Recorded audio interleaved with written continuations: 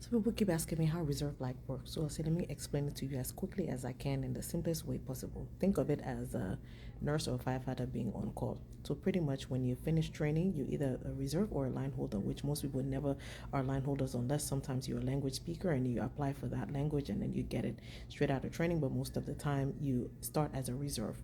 So as a reserve, you're pretty much there as a backup for anything that happens. So the line holders, they get to hold all the lines, and then the reserves, we hold whatever is left. So whatever, if somebody calls out, somebody's sick, somebody's on vacation, or there is storms or whatever happened, that's what we're there for.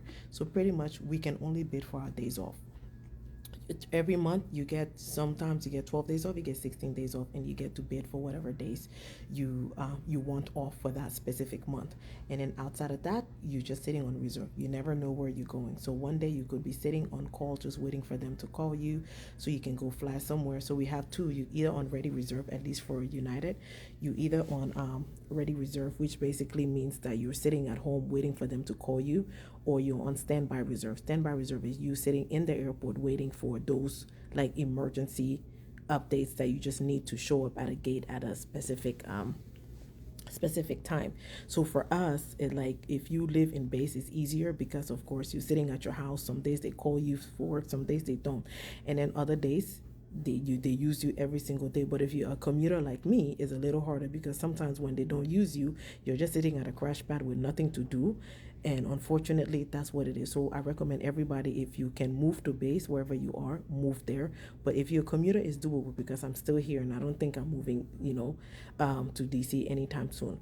But another thing, as reserves, we can do is we have what we call preferencing run. So the day before the day before the scheduling, they will show you all the flights that is going to be potentially available the next day. So depending on where you are on the list, you can actually bid for those trips or bid for those standby. So if you look in the system and see there are any trips that you like, for me, I like to have a little bit of a control over what I can do. So I love to bid. So I put in my bid for the next day. So if I see any trips that I like, for me, I don't like to do more than 2 legs per day.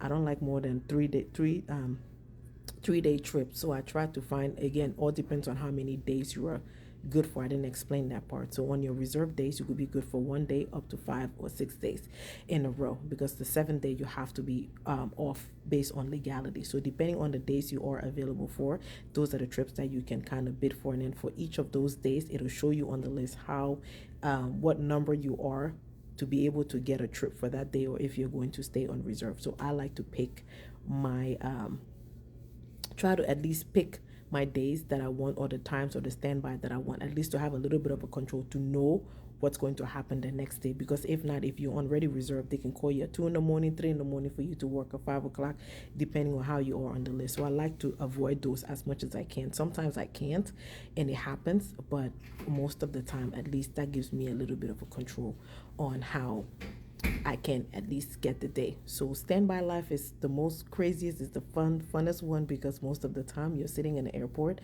You could be sitting there for 4 hours and you go home, they'll pay you for 5, and you don't get any flights, or they call you and say, hey, you're going to Japan, hey, you're going to Brussels, and you have to be ready in a split second to go anywhere. But at least the ready reserve preferencing, it give you about 3 hours to prepare, or at least you know the day before where you're going, and you can kind of prepare for your trip. But that's kind of what reserve life looks like in a short, I know it's like 3 minutes, so I was going to do this quick, but now you get the gist of what reserve life looks like. If you have any questions, let me know. Ask me in the comments. I'll be happy to answer for you. All right, love y'all. Bye.